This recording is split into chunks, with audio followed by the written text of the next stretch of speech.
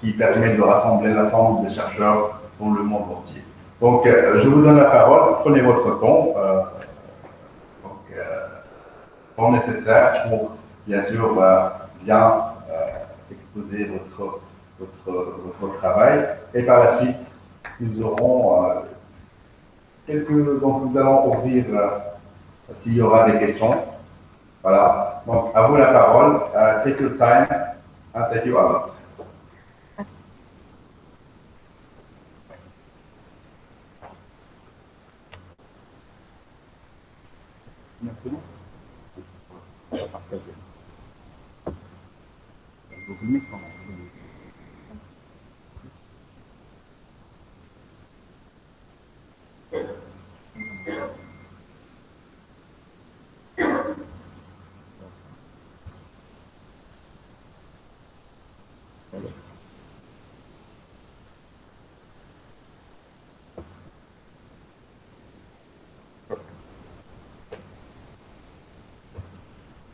Good morning, ladies and gentlemen. I think this is not working.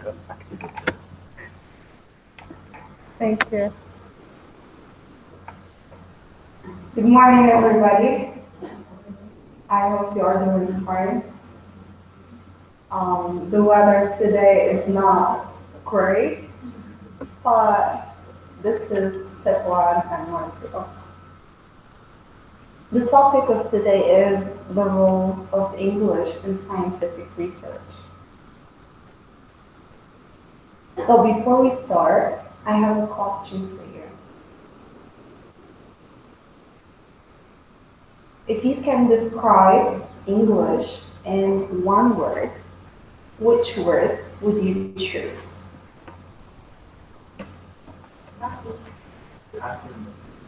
Internet. Right. Yes? Cool. That's a nice word. Yes? Oh, that's great. Yes. Thank you. Globalization. Oh, yes. Sure. Any other words? Yes? Science. Thank you. Yes, it is related to science. Okay. So first, the question is, how did English become the international language of science? Well, not officially, but, this is what everybody is agreed on. So, we're going to start with the origin of English, and I have more questions for you. Okay, so now I'm going to give you some choices. English shares many words with because of borrowing. So, Punjabi, French, or Navajo. Which one of them? You know borrowing? If you don't know, I can use Arabic. Setup. When a language takes a word from another language and thus using it as its own. So which one of them? Just a guess. Are they different? Any other guesses? Punjabi? Okay. Yes, it's French. Yes. Okay, another one. English is a member of the language group Germanic, Finno-Ugric, Viking, or Latin. Okay, I hear Latin.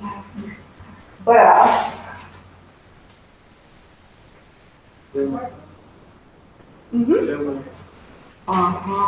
Yes, Germanic, great answer. Okay, and to answer this, I'm gonna talk a little bit more about the origin. You know that the language reflects like the culture of the Europeans, the English language, of course. And it is a West Germanic language originated from the Anglo-Frisian dialect.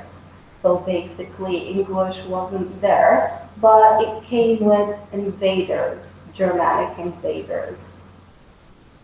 It was brought to Great Britain by Germanic invaders or settlers, and then the language of Germanic people gave the rise to English language. The Old English was later influenced by German, Dutch, Latin, and also French, and ancient Greek, of course.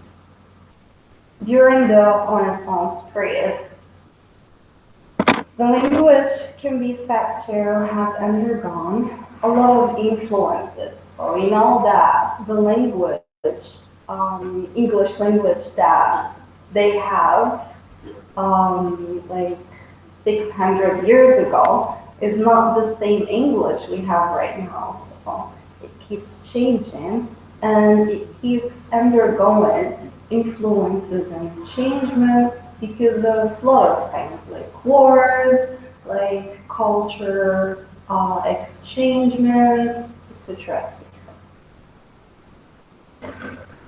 So the influences came from the world powerful language, the Greek, the Latin, the Dutch, and German. This made it easy for the language to have positive influence on giant world language later in life. English has its origin from German, Greek, Latin, as we said, and Dutch. This is one of the reasons it is relatively easy to learn by the speakers of these languages. The linguistic similarities between English and the languages previously mentioned makes it easy for the native speakers to learn English. In addition to this, there are a lot of words in English that are borrowed from other languages, like we said. For example, French and Spanish. All right, so we want to relate English to science. How did they become so related to each other?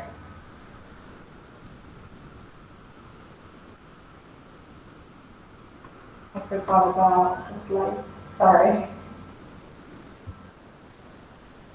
Okay, a little bit about the history of science. I'm not an expert, but I tried to do my research.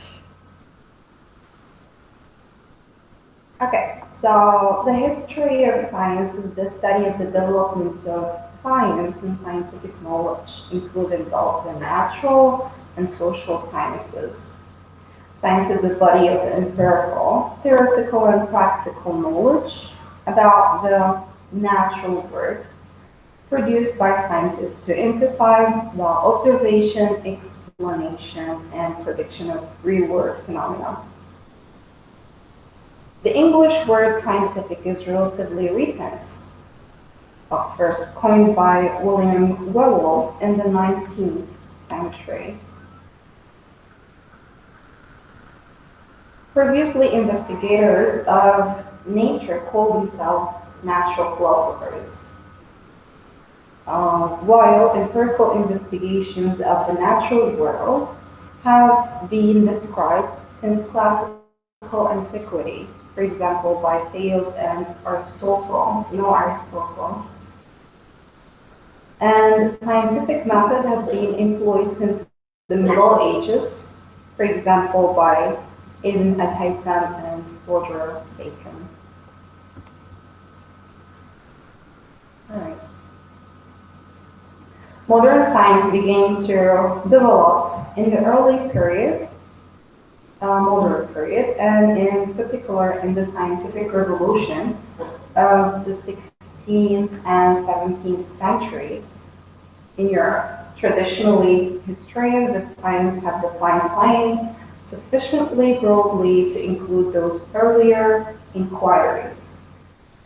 there is a word that you don't understand or you have a question about something, after each part, you can stop me and ask questions, that's fine.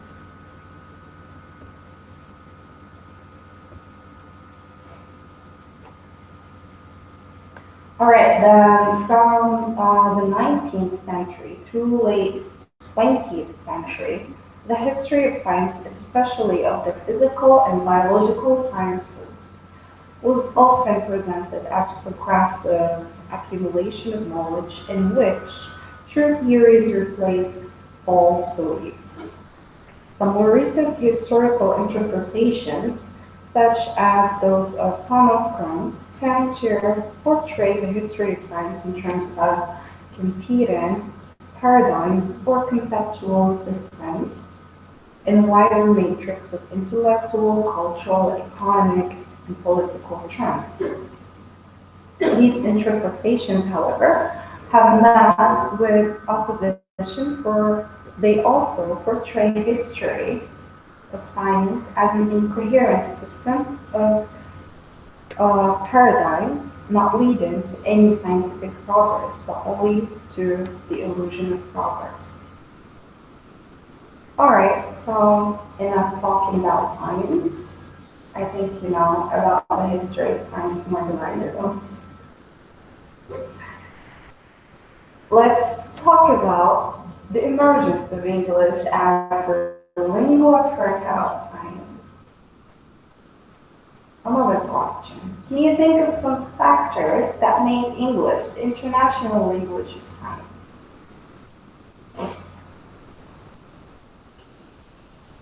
Yes, please. Very good. Excellent. Yes, definitely. Anything else?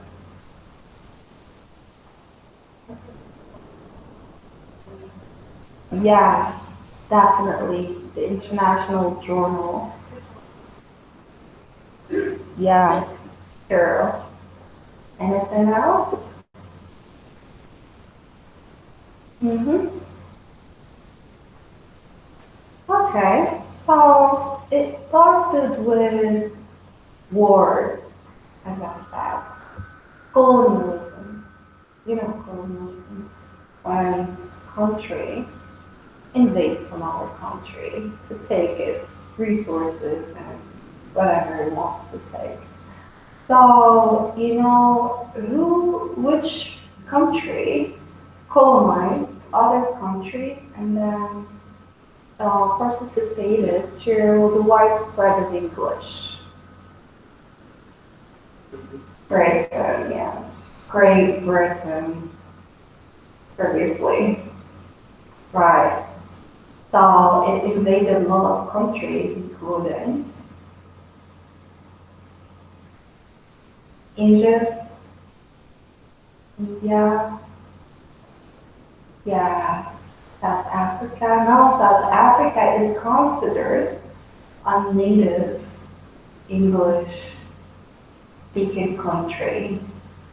Just that, like we belong to the same continent, but we're not native speakers, even if whatever we do, they are native speakers.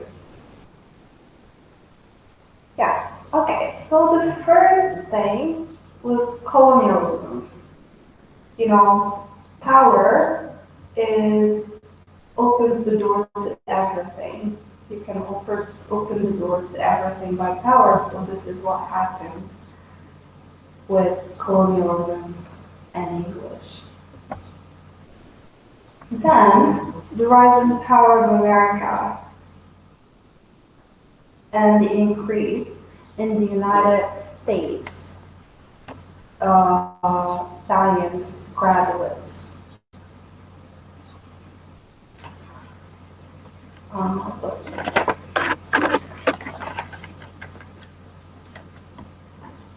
All right, the National Science Foundation calculates that 293 Americans graduated with a research doctoral PhD in 1902. By 1990s, according to the National Science Foundation again, the country produced more than 30,000 new science PhDs a year, more than a million new American researchers in the 20th century. It went up from 293 then to more than a million. All these projects were written and published, of course, in English. This has helped make the language become the lingua franca of science, which is incredible. Also, there is another historical this time, that helped English to become what it is today. Any ideas? The enemy of America, like the old enemy of the United States. Yeah, Soviet Union. Okay, so the fall of the Soviet Union and Socialist Republic in 1991 helped a great deal to show America as the greatest country in the world, therefore its language was the dominant, or started to become the dominant. All right, also, there are other reasons. So when you use a computer, you want to use the internet to look for something, what do you use?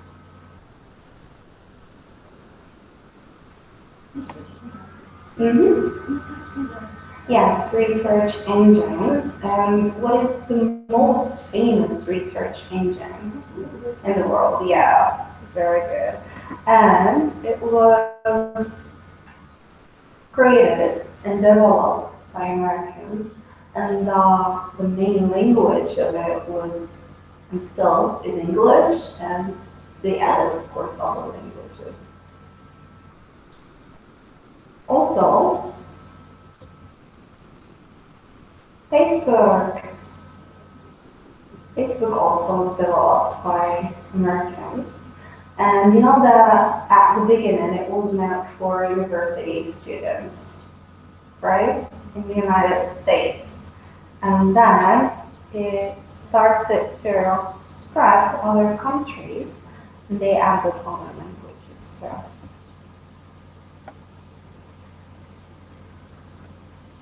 All right. So, yes, definitely Windows.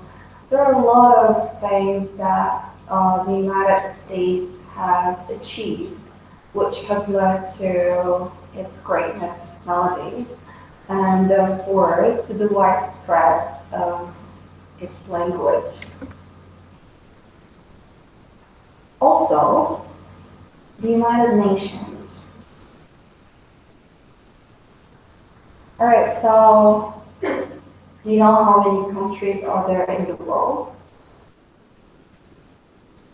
Countries of the world? How many are there? 100. 200? Yeah, that's cool. I can't remember that number for a very long time, but yes, 196 countries in the world, including Thailand. Currently, not 192 are members of the United Nations. The official language of the United Nations is English, though interpretations are made into German, Chinese, Spanish, French, and Finnish for Finland. The activities of the United Nations helped in the spread of English language worldwide. 83 countries of the world, according to www.nationonline.org, have English as their official language. Likewise, It is spoken in over 104 countries as their second or foreign language. This has helped tremendously in the spread of the language.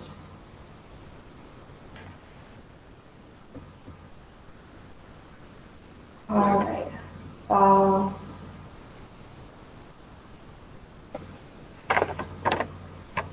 now I will move on to English and most technologically advanced countries of the world. Sorry, I didn't mean to show you the countries. I wanted to ask you about them. So, which countries do you think are technologically the most advanced in the world? Yes, definitely. Yes, Japan, China, Morocco. Hopefully one day. We hope so. One day. Korea, no, yes. India. India has a great power force, like they have people that work really hard. But technologically, I'm not sure. Yes, German. Germany. What else? Okay. We forgot some countries, but that's fine. So as you can see, Japan, Singapore, United States of America, United Kingdom, Canada, Netherlands, China, Sweden, Australia, and Finland. These are one of the most advanced countries technologically.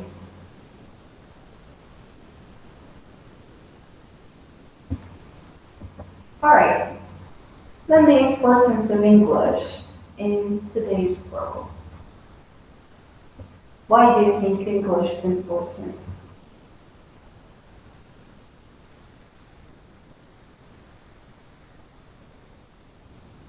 Any answer? Yes?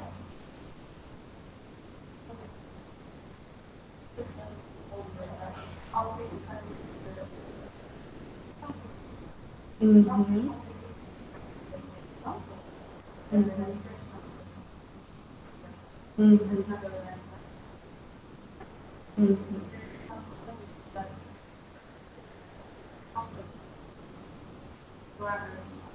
Mm-hmm.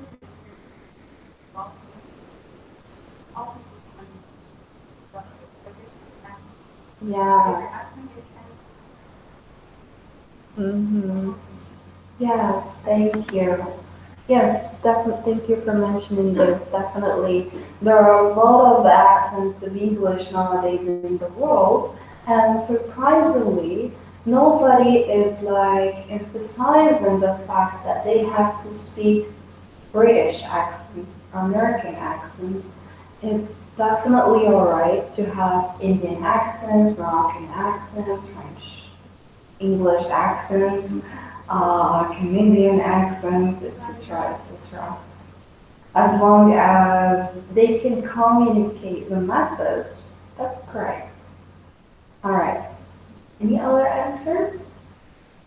Why do you think English is important? Yes?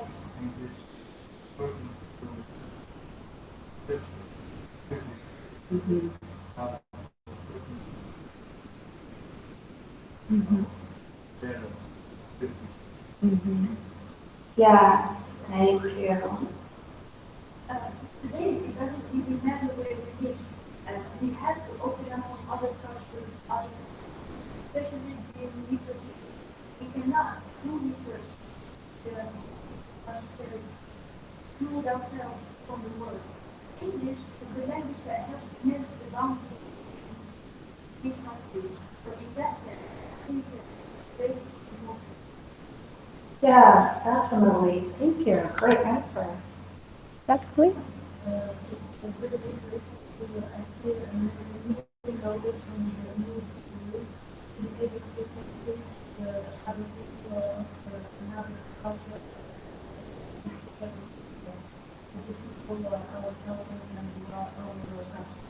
Mm-hmm. Yes, thank you. Yes, culture is a crucial part of the language. So sharing the culture, sharing the language. Yes, thank you. The gentleman in the back, yes.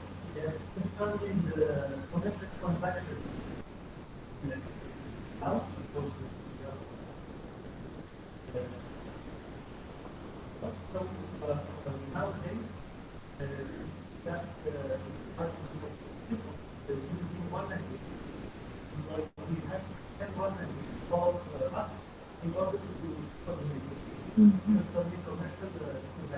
Mhm. Yes, definitely. Yes, thank you. Uh, Commercial exchanges or trading has always been a very crucial factor to countries exchanging cultures, languages, news, even a lot of things. So yes, thank you. Yes, please.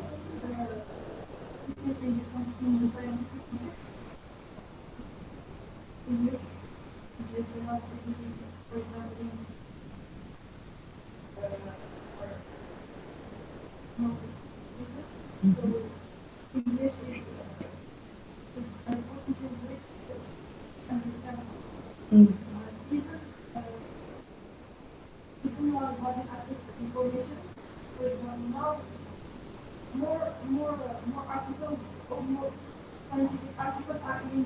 Mhm. Yes. Yes, definitely. Thank you for mentioning this. As researchers, you need access to information and to get like vast access to a lot of information, a lot of pieces of information in the world, a lot of research projects. You need English. Of course, you can find it on the languages, but there are always limitations. So, in order to find the best quality research projects, the best quality information you're looking for, English is, yeah, is required. Any other answers? Why is English important to you? Yes?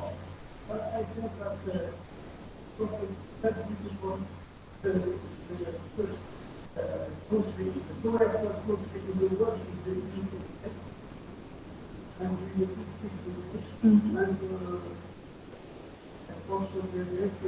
Mhm. Yes. Mhm.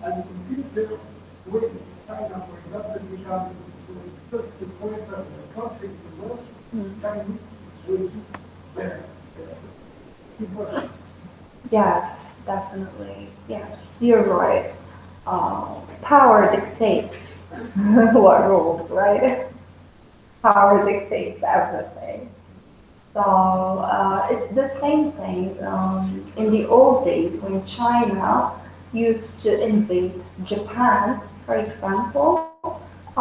They were obliged to learn Chinese, and until this moment, they have to learn some Chinese characters, 3,000 Chinese characters that they have to learn, but they have included in their language system. Those are Chinese characters, but they're still learning them. So yes, power. But Chinese is very difficult. Yes, in characters and even in pronunciation, it's very difficult. All right, any other answers? Mm-hmm. All right. So as you said, English is very important to you because you are researchers and you need to write your articles, journals, you need to publish, you need to have more access to to information, and you want other people to read your articles, to exchange information, exchange knowledge, and to give you more opportunities to be open to the world. Yes, definitely. All right, so yes, consulting resources in English. That's it. Looking for research projects, information in English. That's part of it. And there is also another point that you mentioned, which is international conferences that you go to. As researchers, you need international speakers. And of course, you need a common language to communicate with these people, to exchange experience, knowledge, and culture.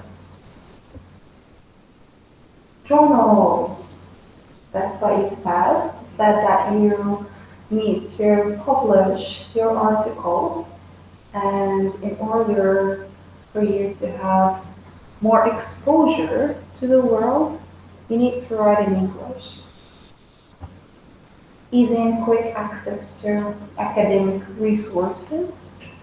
So if you type research in English, you're gonna have more results and more accurate than if you type it in French, for example, or another language. Of course, you're gonna have some results, but you're gonna have more in English. Wider international audience. I think that's what you are looking for. So it will be great if you publish articles and they are read by other speakers of other languages, like people from Germany, people from France, India, from England, etc., etc. Expand the network, and you can do so via conferences, international conferences or national conferences where you meet other people and you get to communicate with them and make contacts. International research finding or scholarships. So I think as researchers, you have tried to, or you have already applied for scholarships in other countries. Did any one of you got a scholarship in another country? Oh, that's great. That's awesome. Which country? Oh, that's cool. And you needed English. Oh, that's great. Happy for you. Hopefully for the others too. Inshallah. One common language to access a wide range of information, as we mentioned. So I think if English is the common language of science, there's going to be a wider access to information. Traveling abroad for intercultural dialogue. Maybe one day you want to go and explore other countries, and maybe English is going to make it easier for you. Now, we're going to speak for limitations for non-native speakers. Question: do you think it is a good thing that English is the dominant language in academia? So let's imagine a world where you can't publish any articles in French or Spanish or any other language. You can only publish your findings, your research projects, and your articles in English. How would that world be? Good or bad for you? Yes? Going to be limited. So Mhm. we have one language. Mhm. Yes. Yes. Yes. You're going to be limited to one language. Do you think this is good or bad? Why?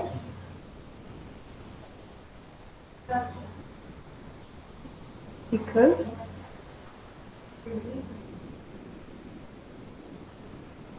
Yes, definitely. First, it's discrimination. Thank you. Perhaps we're going to have persons from other countries that have not English as a native language, Mm-hmm. and which are very intelligent, with good ideas, with good scientific research, but the fact that they have not English as a native language, it cannot be accessible to other, to the scientific world. Yes, that's true. Yes. I believe that having more language and more dominant one, it's not a person. The person wants to be express it out there, Mm-hmm. either scientifically or artistically. Now people try to write in English, not scientifically, just Participate.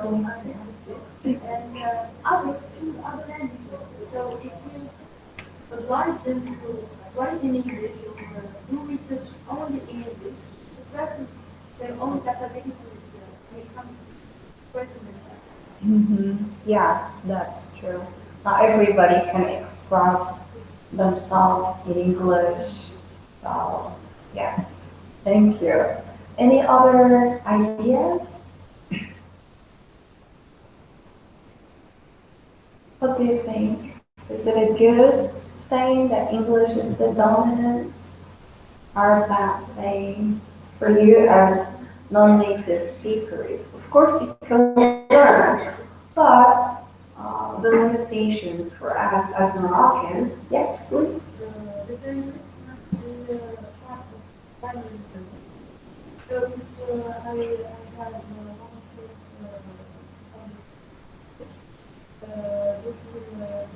this will make effort to learn Mhm. Yes, that's true. Thank you. Any other answers? Any other thoughts? Okay, so in the primary school, what languages did we use? Yes, Arabic and French, and mainly for mathematics, science, and physics, what did we use? Arabic. Yes, until we finished high school, and all of a sudden, boom, French. Perfect. And then you have to study everything in French. After that, when you want to subscribe for a master's, what do they ask you for? English.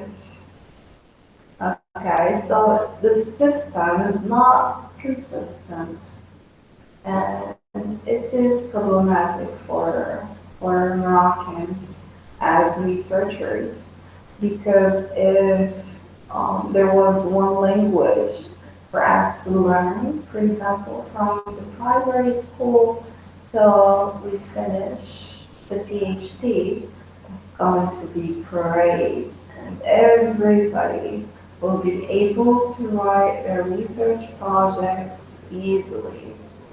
But the problem is, we start in Arabic, and they ask for French and English, and we get confused and mixed up in the middle of all of this.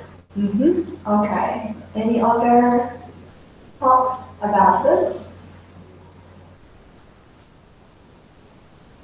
Yes? Yes? Personally, I see that English as a dominant language. That is much more available Yes. Because, as I have mentioned before, we have to share one language.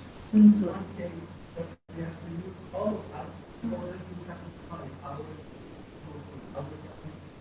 Mhm. so we cannot see just from the window of the patient communication. It's also a great advantage that we have to Mhm. it's important. Yeah, thank you for mentioning this. So it has advantages and disadvantages. The advantages is that everybody is going to be able to have access to the information, because it's just in one language. You will not be confused. You will not try to look in any other language. But limitations for non-speakers is that they don't learn it from their childhood. There are some people who get interested in it earlier than others, but not everybody. Alright. Any other thoughts? Alright, I have another question. How is writing your research in English? How do you find it?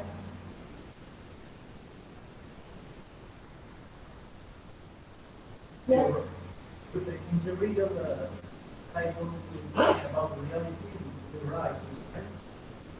Then we use some software for this to translate our thoughts, our arguments.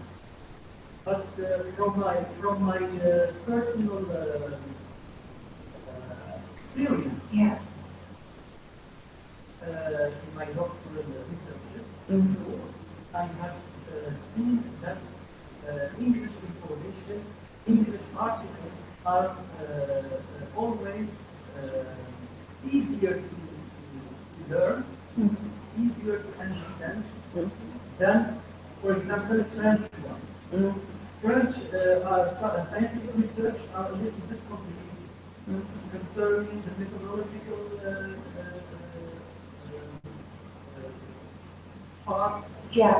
literature review, and all of the parts of the argument.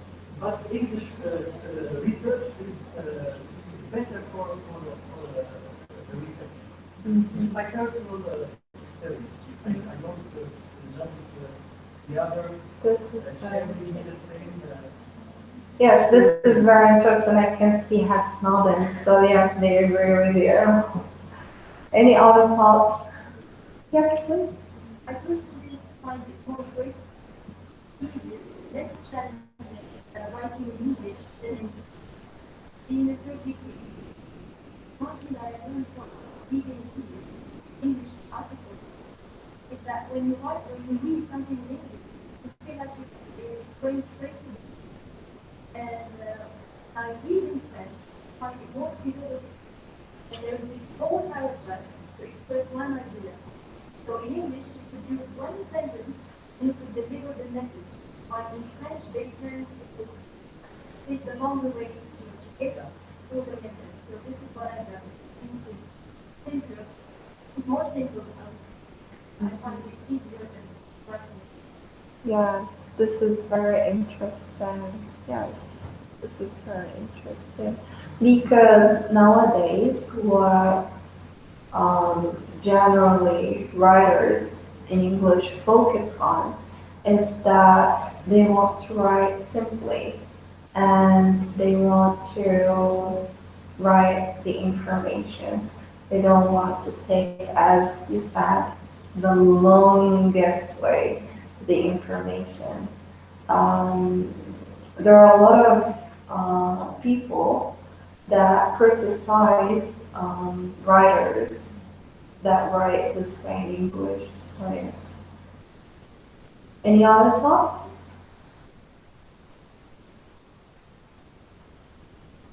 Okay, all right. Yes. Notice which of one, but the problem is the much the reflected structure Mm-hmm. Mm-hmm.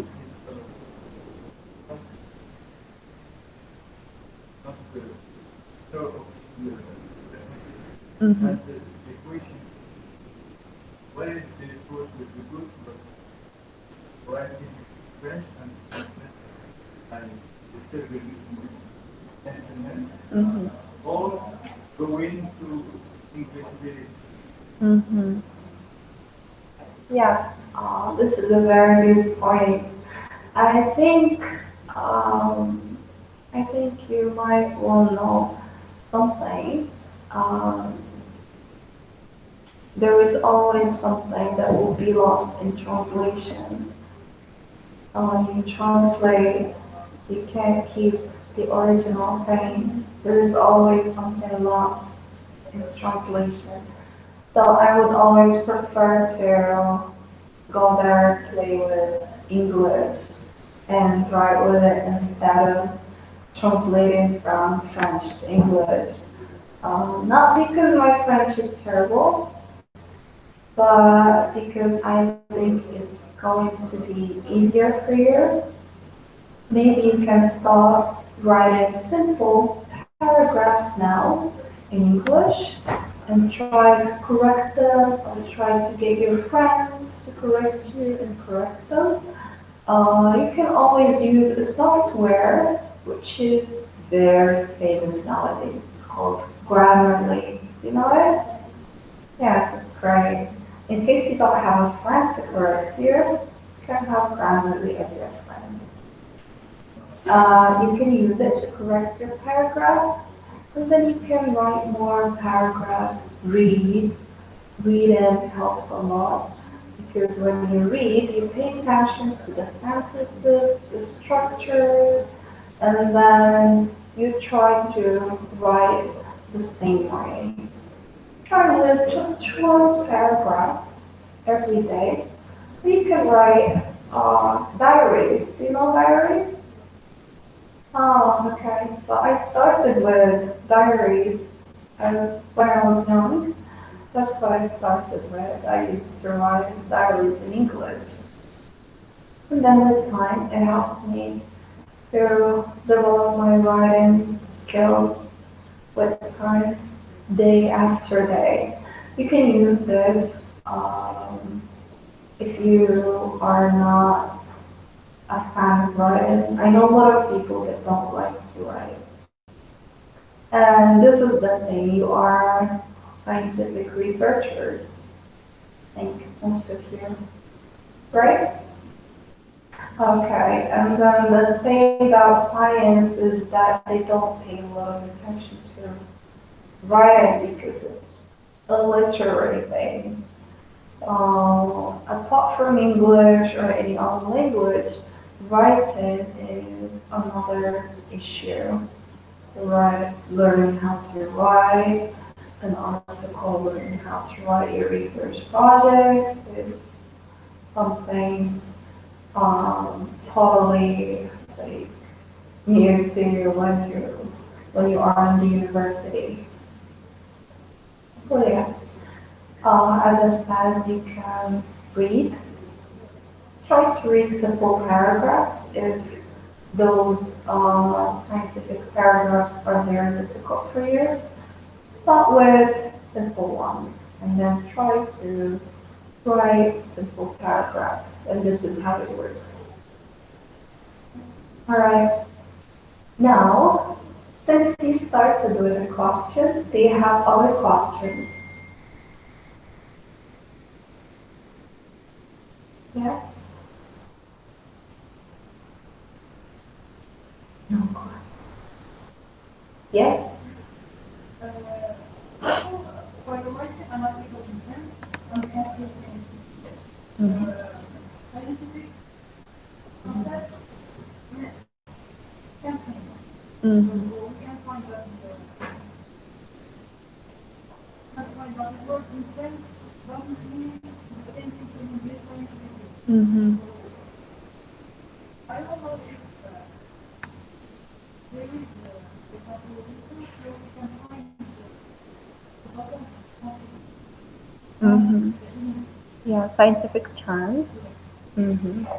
Yes, in English. All right, I think there are a lot of dictionaries online that you can use. I don't know about scientific ones, but you can try to look for Oxford or Cambridge. These are very famous and you can have them online. Try to look for the scientific Oxford or Cambridge and then try to use these to look for scientific terms for the things that you want to translate from French to English. I didn't want to advise you with um, hard copy dictionaries because they take a lot of time, so internet is easier. You're welcome.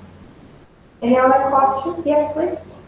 I think I have an advice for the researchers. Yes. Concerning, because all of them have a subject, have a subject which they focus on.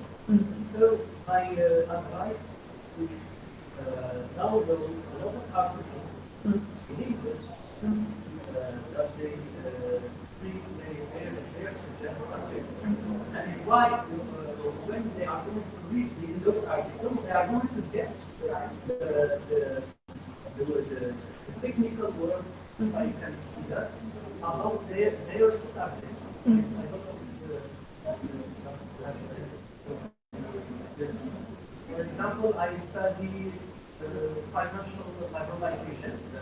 So before I have studied this subject, I read it for 1 or 2 years, a lot of articles about financial normalization, and now I can speak very fluently concerning this subject in English as speaking in general. So learning by doing. Have to read, have to and then we are going to take all the technical words that can be built for this subject. Yes, it's a valuable advice, thank you. And you reminded me of a professor that I had at the university. And I had him in the first year, and it was like, if you want to learn how to read, read. If you want to learn how to speak, speak. If you want to learn how to write, write. Just start. Of course, speaking helps with listening, helps with speaking, and reading helps with writing. They all help with each other. Well, thank you. Yes, any other comments, questions? Yes, please. Personal question is also do you know Morocco? You show North Africa? Do you know Morocco?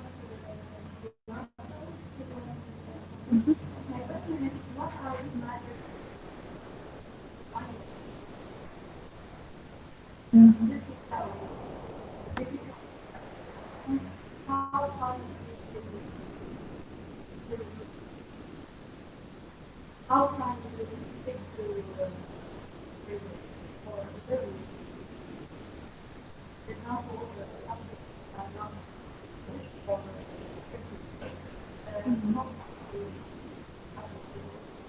To learn it. All right.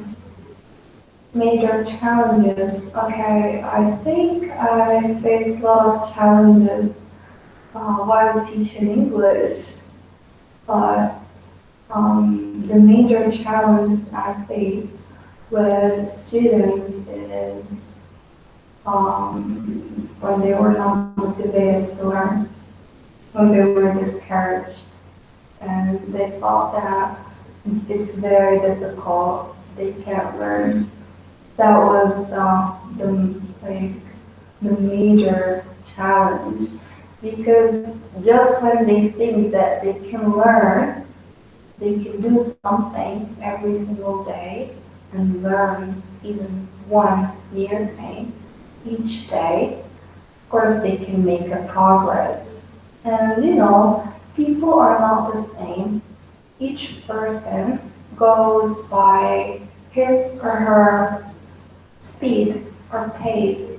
Some people are slow. I'm slow. Some people are medium. Some people are fast. So don't try to compare yourself to someone else because you're different and they are different. So you have your own pace. Try to follow it. Try to see what you are comfortable with, what is compatible with you. So if you feel comfortable with learning English for 10 minutes a day and you feel good about it, it's fine. It's okay. Other people might feel good about learning, I don't know, 1 hour, 2 hours. Others might feel good about just learning for 5 minutes. And that's okay. As long as they are trying, that's definitely gonna get them there. But those people who think that it's, I don't know, too late, maybe too difficult, maybe they don't have time, etc., etc., that's the major challenge. Concerning any other things, like they're not really a challenge because even if a person um, doesn't speak English now, they can speak it later. I can see just from myself, I didn't used to speak English, but once I was determined to learn it, I learned it. I watched movies, I learned songs, and I try to sing them. What songs that are very helpful? You learn them and you sing them, and that's how you learn sentences in English. And those sentences, you can use them. I used to speak to myself as, as a thought because I had no one to speak to in English. So I used to think, you think in the region about things. So I used to switch my language to English to think with English so that I can have more conversations in English and practice, etc., etc. So yes, for a person who doesn't speak English and wants to speak English, I don't know, it might take a year. It might take less. It might take even less. Because I have met a Chinese woman who learned in class, who learned Darija in 3 months. She's Chinese. She's never spoken Darija before. And when I met her, she had already spent 6 months in Morocco. And I asked her, "You are so fluent in Darija. How come?" And she said, I tried very hard to learn. I speak with people. I was motivated to learn the language, and because she needs it in her daily life since she lives here in Morocco. And I asked her about the time. She said 3 months, and I was like, "Oh, you're awesome. Oh yes, you can speak English if you want in 3 months, but." Don't try so hard. Don't try to be hard on yourself. Try to follow your pace. Alright? Okay, any other questions? Yes? No? Alright, I have a question for you. What do you use to learn English?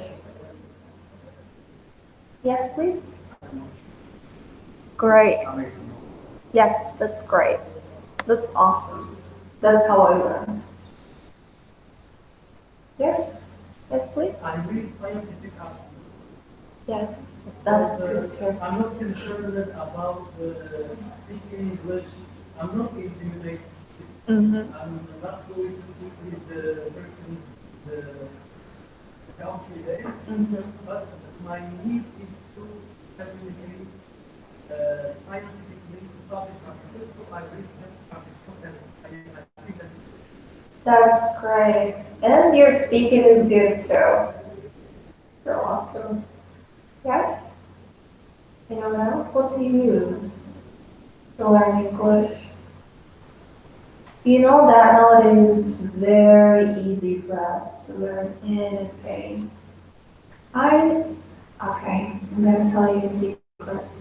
I wanted to learn Japanese in 2009, and I was postponing it because I was still at the university at that time, and I was busy with trying to polish my English. I was busy with studies, etc. Excuses. I was making excuses for myself. And then at 2012, I tried to learn Japanese characters. I think I learned around 43 characters or something. But again, I put it aside. And then I gave myself more excuses. And I was like, okay, I'm busy, I have this, I have that. I can leave Japanese too later. I had friends then at the university that subscribed for Japanese lessons. You know that in some universities you can take Japanese lessons, Japanese, Chinese, German, other languages. It depends on the university. So we have the Japanese at the University of Tetuan. Uh, but I didn't go because I gave myself excuses and I didn't learn it.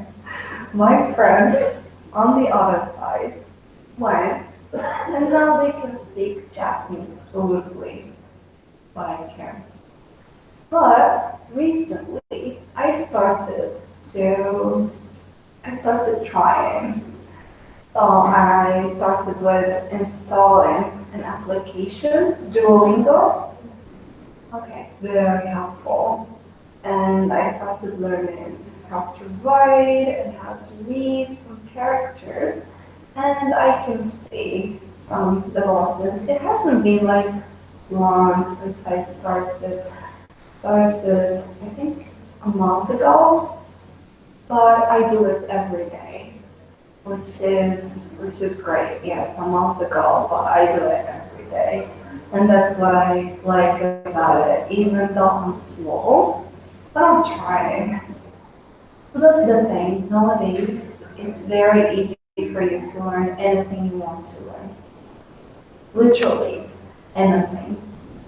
Just try to Google it, watch videos on YouTube. That's going to help you because being exposed to the language, hearing it is very helpful for you to learn how to communicate with people. Try to read articles, they're very accessible now on the internet. You can listen if you feel like you don't have time to listen to something in English or to read, or you can just download a video or audio and then in your phone, and then on your way to work, on your way to the university, you can listen to that. You can try to do something, just one thing, for 10 minutes every day, and it's gonna be awesome. So, you're welcome. Any other questions, remarks? Yes? I would also like to recommend colleagues that have community English. One thing that helped me improve my English is download the subtitles in English, not in another language. Even the speaking, the reading what you're saying at the same time, you get the exact word, how it is written, how it is pronounced. It's really, really better. Yes, thank you very much for mentioning this. It's very, very helpful. One of my students told me once, he is a introverter, by the way. So he told me, teacher, do you know how I learned English? I said, how? And he said, okay, so I used to download movies and download subtitles in English. And then when the actor says a sentence in English, I stop it. I have allergy. And then he said that I stop it and I try to repeat the sentence after them the same way. So he tried this. He tried every time to repeat some sentences the same way over and over and over again until he became perfect. His English now is perfect. Yes, so thank you. Yes, any other remarks? Questions? All right, since no remarks, no questions, we're gonna call it a day. And then thank you for your attention, just in case you fall sleepy. Thank you. Thank you very much. I wish you a great rest of the day.